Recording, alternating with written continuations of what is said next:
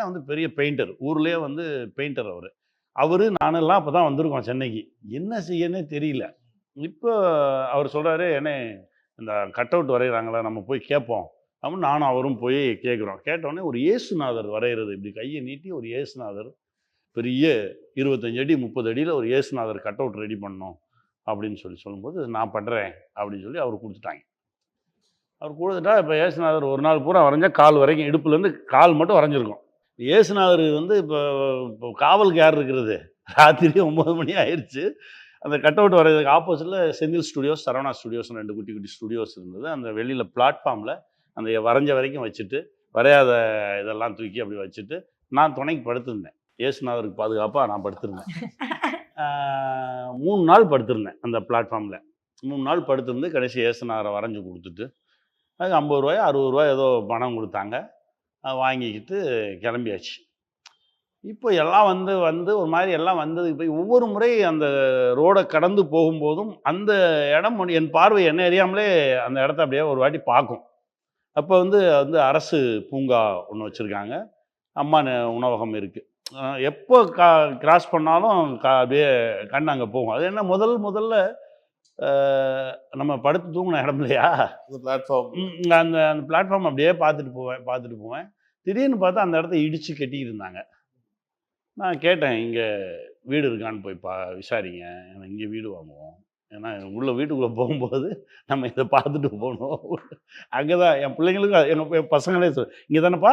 ஆமாடா." ஆமாடா.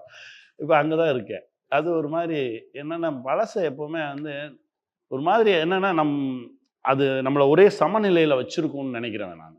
Really, really nice. எனக்கு தெரிஞ்ச படத்துல மேல அழகா எழுதியிருக்கீங்க. சமுத்திரக்கன்னியன் கௌதம் வாசுதேவ் மேனன்.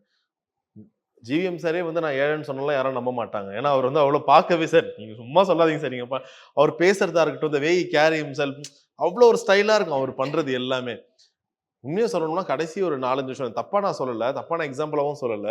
நிறைய நேரங்கள்ல கௌதம் மேனன் சார் ஏன் படம் வரல? அவரு கடன் ஆயிடுச்சுப்பா. அவரு இந்த படத்துல கடன் ஆயிட்டாரு. துருவ நட்சத்திரம் ஏன் வரல? கடன் ஆயிட்டு ட்ரோலா, மீமாலாம் கிண்டல் பண்ண ஆரம்பிச்சாங்க நெறைய பேரு. அவர் செலவுக்கு வாங்குனாரு. படைப்புக்காக எக்ஸாக்ட்லி. வாங்குனாரு. படைப்புக்காக செஞ்சது. கலைக்காக செஞ்சது. வருவாரு. கண்டிப்பா வருவாரு. எந்த ஆச்சரியமும் இல்ல. எந்த தயக்கமும் இல்ல. உங்ககிட்ட அவர் ஷேர் பண்ணியிருக்காரா சார்? ஏன்னா இந்த படம் நீங்க ஒரு கதை சொல்லும்போது, சார் அவரோட லைஃப்லயும் நெறைய கனெக்ட் பண்ணியிருப்பார்ல. ஏன்னா யாருக்கோ வாங்குற கடன் ஓகே. நான் சொஃபிஸ்டிகேட்டடா லைஃப் ஆகுது நான் கடன் வாங்கல. பங்களா, வீடு காசுன்னு வாங்கல. படம் எடுக்கணும். நான் ஒரு விஷயத்த நேசிக்கிறேன். அதுக்காக கடன் வாங்கி, அதுக்காக திரும்ப திரும்ப ஒரு விஷயம் பண்றதுன்றது வந்து ரொம்ப ஒரு கொடுமையான விஷயம். எப்பவாச்சும் நீங்க ஷேர் பண்ணியிருக்கீங்களா? ரொம்ப நாங்க நெறைய விஷயம் பேசியிருக்கோம். பட் அத இங்க பேச முடியாது. இப்ப நீங்க எதுவா இருந்தாலும் ரொம்ப ஓப்பனா பேசிடுவீங்க. அது எப்பவாச்சும் உங்களுக்கு ஐயோ! என்னடா கொஞ்சம் ஓப்பனா பேசிட்டோமே நீங்க வருத்தப்பட்டுருக்கீங்களா? ஏன்னா இதுக்கு முன்னாடி மிஷ்கின் சார் ஒரு மேடையில வந்து சூப்பர் பயங்கரமா பேசியிருப்பாரு. அதுக்கு என்னன்னா நெறைய பேர் எதிர்ப்பு தெரிவிச்சாங்க. இவரு என்ன கெட்ட வார்த்தை பேசுறாரா? இது பேசுவாரா? அவன் இவன் பேசுவாரான்னு. அவருக்கு ரொம்ப ஓப்பனா அவரோட இயல்பு அப்படிதான்யா பேசுவாருன்னு ஓப்பனா குரல் குடுத்த ஒரே ஆளு நீங்க மட்டும் தான். அதே ஸ்டேஜ்ல குரல் குடுத்தீங்க. ரொம்ப ஓப்பனா பேசுவான். அதுதான் பிரச்சனை. ஏன்னா இவ்வளவு ஓப்பனா பேசுறேன்னு சண்டை போட்டுட்டீங்க. அதுக்கும் ஓப்பனா தான் பேசுவான். அவன்கிட்ட போய் என்னத்த பேச? இல்ல ஒரு நடிகரா இருக்கும்போது உங்களுக்கு குரல் குடுக்குறல. அது வந்து குரல் குடுத்தது அப்படின்லாம் நீங்க பார்க்கக்கூடாது. அது அவனுடைய இயல்பு அது. அதத்தான் நான் சொன்னேன். அது அவனுடைய இயல்புங்க.